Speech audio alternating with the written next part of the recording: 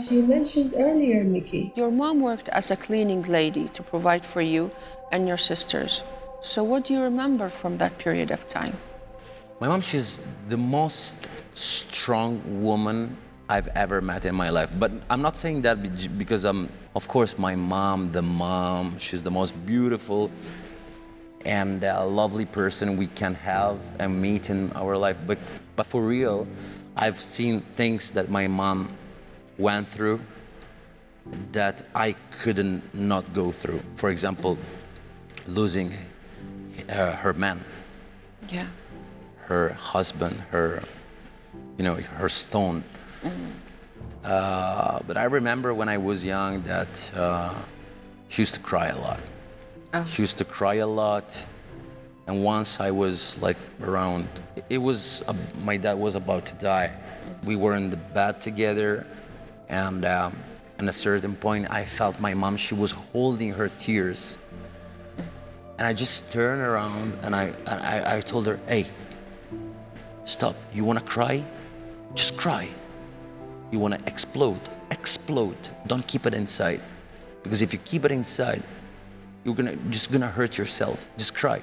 And I remember that moment, she just exploded in tears as I've never seen her before. I've got a little bit scared on seeing my mom in that way, but in the same time, I was the man of the family, you know? Your life wasn't easy. What were the jobs that you had to take? Any kind of jobs. I've worked as, as a worker, like building, constructions. I used to put floors down. I worked as a gardener, as a waiter, there was a period of my life that I started also selling hoovers, to clean. So I used to go, house by house, ringing bells. Hey, hi, I'm Michele. I want to show you this new hoover. It can help you, And I was quite good. I used to work because I wanted to make money to reach my goal. I wasn't doing all of these jobs because I wanted to do that jobs. Because that jobs, I respect them a lot, but they weren't my goal in life. So I didn't have money. I had to work to make money to reach my goals, which was the acting. Very good.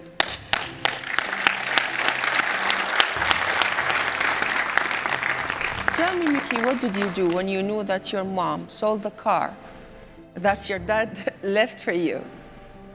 How do you know the story? I know, just tell me. How do you know the story? Just tell me the truth.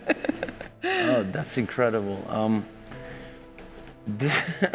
You're shocking me because this story, few of my friends know this story. My dad bought the last car that my dad bought. It was a Yaris something, 1998. And he left that car because he said, okay, I'm gonna buy this car because one day Mickey is gonna use it to go to school or anywhere. Okay. And we kept it for a lot of years. Yeah. I was in Rome, I remember, and my mother suddenly decided to sell the car.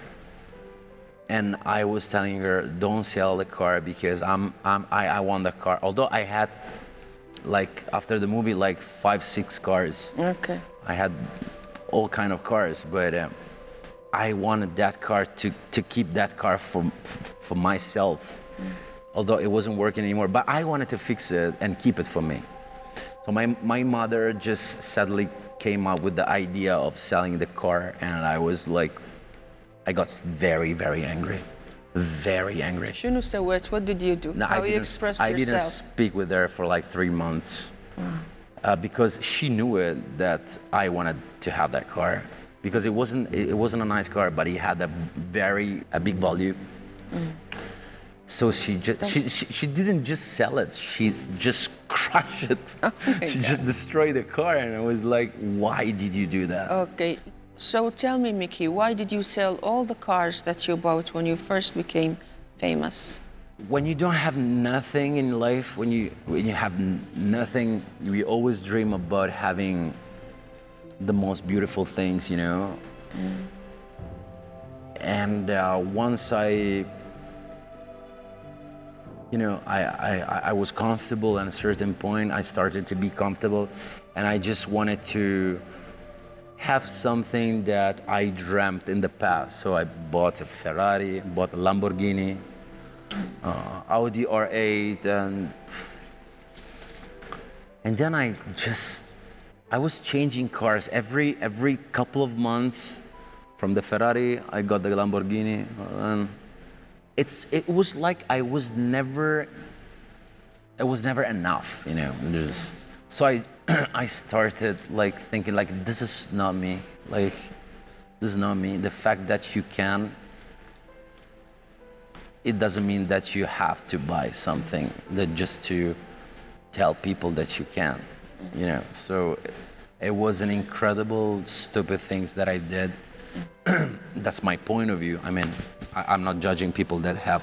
And then I decided just to sell all of these cars that they're just a waste of money and oil and gas. After the divorce, you suffered from severe depression and you retired. Why were you depressed? I know what does it mean to grow up without a dad every day. And I've got into this problem because I was thinking, okay, we are getting divorced, so we're not gonna live together anymore. But not only, she's going back to her country because Ruba, she's Lebanese and I'm Italian, and we used to live together in Italy. So these kids are not gonna see me as two divorced people see each other every week, for example, or, you know. Yeah. So my problem was my kids. Not because I wasn't seeing them, but because they weren't seeing me. They didn't have my presence as I didn't have on my dad.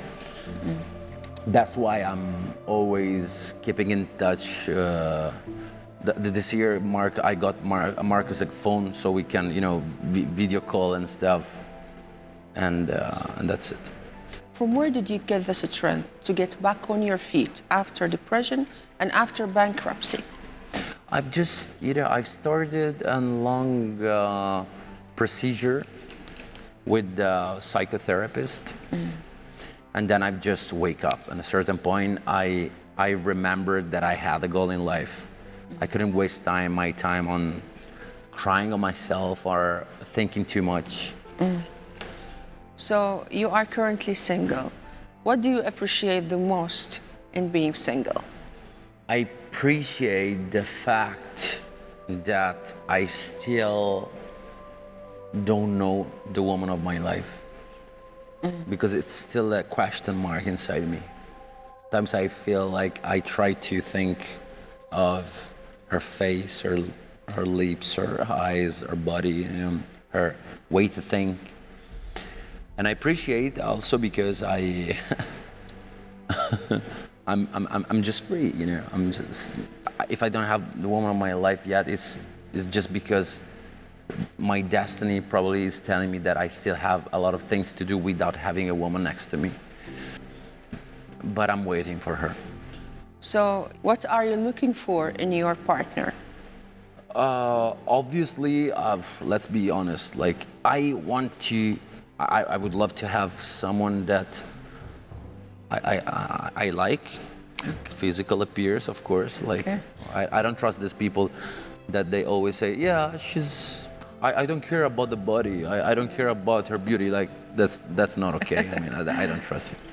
Okay. Obviously, she has to have this, but in the same time, she has to know more than I know. So when she knows more than I know, when she's more smart than me, when she's more beautiful than me, when she's beautiful inside, I mean, and when she's more intelligent than me, that's the one, I think. Nice. So, Miki, thanks for your honesty. That was our last question in the truth part. Break, and we'll be back with Michele Moroni for more.